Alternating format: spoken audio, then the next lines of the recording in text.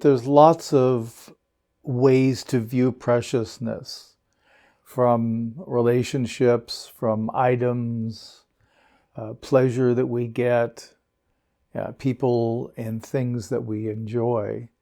So to me, there's preciousness both. We can see it in what's conditioned, what has a birth, decay, and death, because it's time-bound. So that gives it a preciousness, knowing that it's only going to last for a finite period. And then also we can have contact with preciousness when we're relating to the absolute, either through meditation or experience, because the fact it's not changing, it's unchanged, it's unconditioned.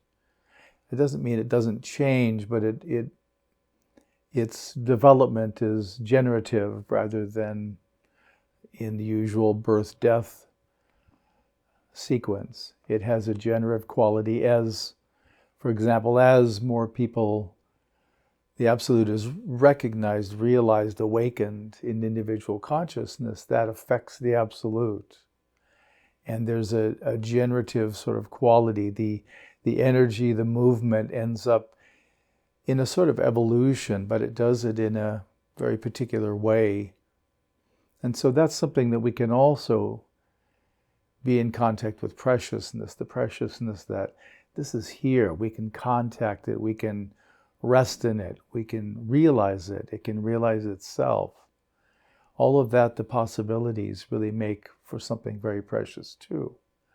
And then it raises the question, is there anything that's not precious?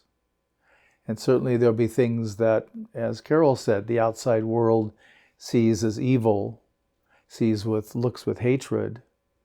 Those would probably not be counted as precious, but yet from another perspective, they would be.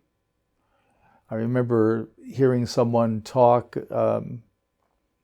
about a mother's love. It was some presentation.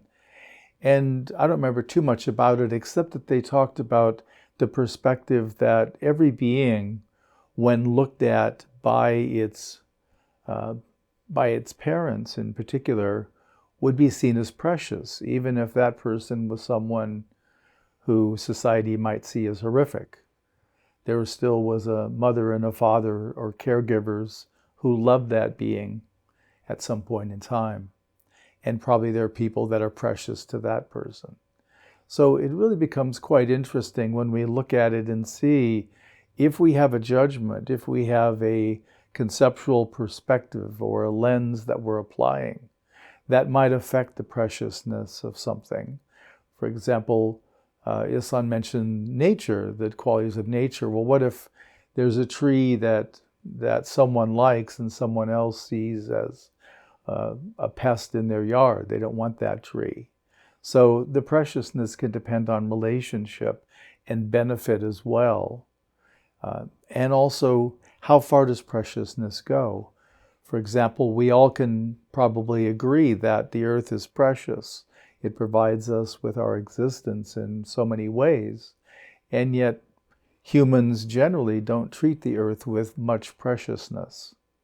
We tend to take from it without regard. And also, humans have polluted and damaged the earth without much reflection on the impact.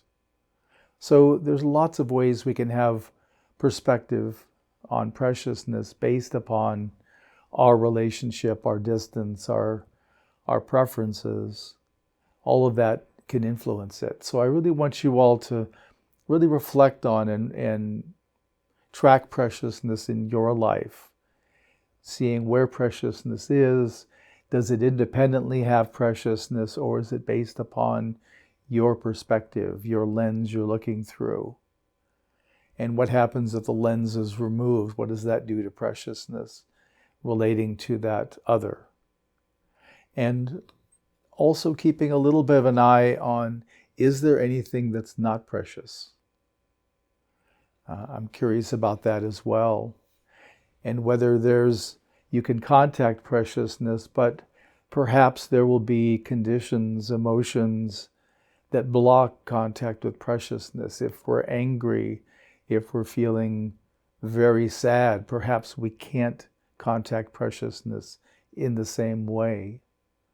So all of this is good reflection for the month for you to really come face to face with your view on preciousness, your understanding, and all the places that it applies in your life.